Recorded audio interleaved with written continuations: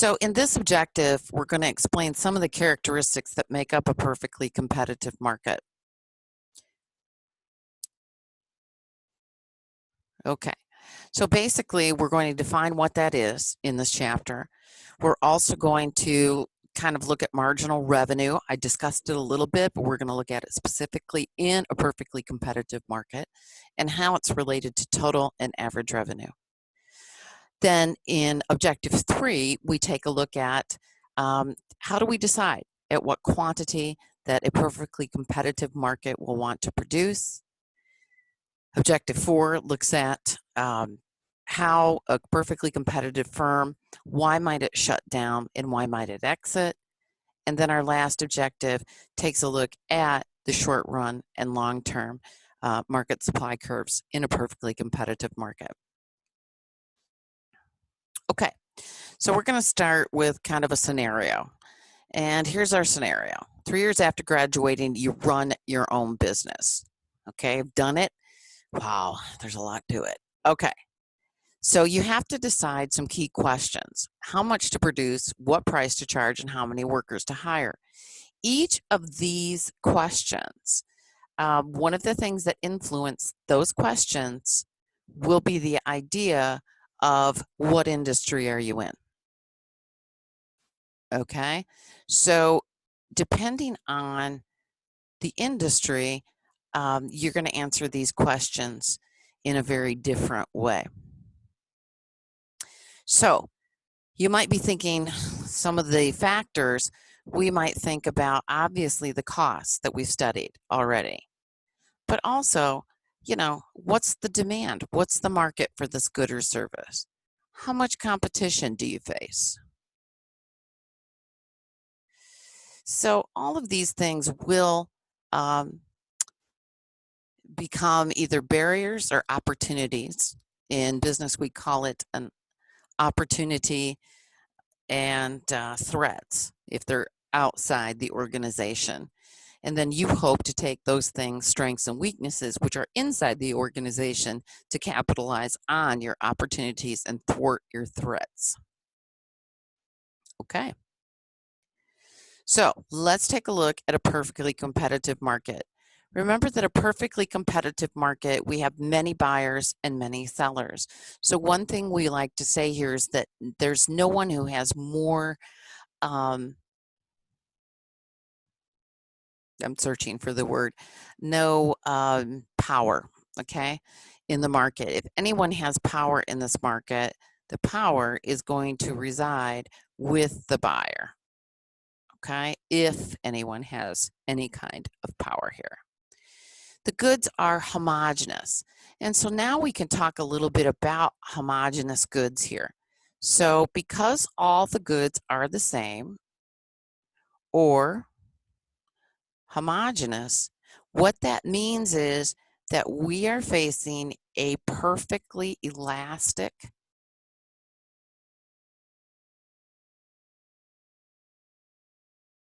demand curve, because everything is the same. So this is a key kind of feature to a perfectly competitive market, hence the term perfectly, right? Perfectly elastic demand, perfectly competitive market. And there are no barriers to entry. And by barriers to entry, Michael Porter, who is one of the heads of the strategic management at Harvard, came up with several different books, and he uses the term barriers to entry and barriers to exit.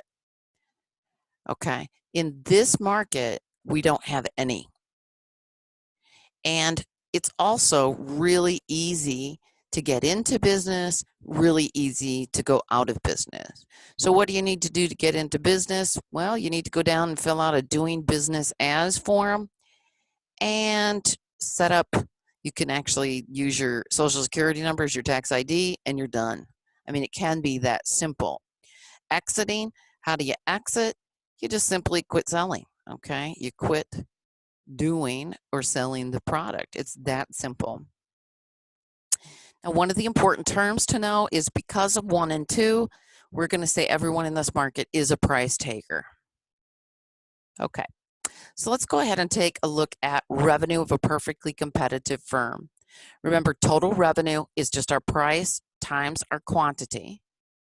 Average revenue, and remember that term average just means that we're taking whatever the base is here, it's revenue, and we're dividing it by the quantity. So you'll see it is total revenue divided by the quantity. Now, I'm going to talk about this in just a moment, but when we look at a perfectly competitive market, and only in a perfectly competitive market will average revenue equal price, which also equals marginal revenue. We're going to illustrate that in a few slides coming up. Remember, marginal revenue is just the change in total revenue divided by the change in quantity, and that's the incremental. You're probably already thinking about this, and remember, marginal is the slope of whatever we're talking about. So, in fact, the marginal revenue curve is the slope of the total revenue curve. Okay. All right, so let's go ahead and take a look at this. And again, I'm going to draw the formulas above here. So our total revenue is just price times quantity. Average revenue, remember that's the base revenue in this case. So it's total revenue divided by quantity. And marginal revenue is the change in total revenue divided by the change in quantity. Okay? So if we have a price of $10, no quantity, 10 times 0 is 0, right? That's why this is not applicable and this is shaded out. 1 times 10 is 10. 2 times 10 is 20. And 3 times 10 is 30. Now you're seeing a pattern, and you should. Average revenue is just total revenue divided by quantity, so 20 divided by 2 would give us 10. 30 divided by 3 is 10, and so on. Okay, for marginal revenue, we're going to take a look at how did total revenue change divided by the quantity. So to fill this block in here, we're going to say, well, we went from 0 to 10, right? So 10 minus 0 equals 10 over our change in quantity of 1 minus 0, which equals 1. So the marginal revenue here is 10. Just so that you can understand, I'll do the next one. So 20 minus 10 equals 10. We're going to go ahead and divide that by 2 minus 1, which equals 1, so 10. And so on, and so on. So notice that in this perfectly competitive market, here's the price. The price is 10. Notice the average revenue is also 10. Marginal revenue is also 10. So in a perfectly competitive market, price will equal marginal revenue, which equals average revenue. Only in a perfectly competitive market will that occur. Okay. All right, so marginal revenue equaling price. So what's interesting is we can keep increasing output but not have a lot of effect on the market price. So let's take a look at what this might look like. And actually, we're going to do that in the next objective. But just as a little teaser, if we have quantity and we have price, wherever price is at, that's our demand curve, which is also our price, which is also marginal revenue, which is also average revenue. Only in a perfectly competitive market will that occur. Okay, so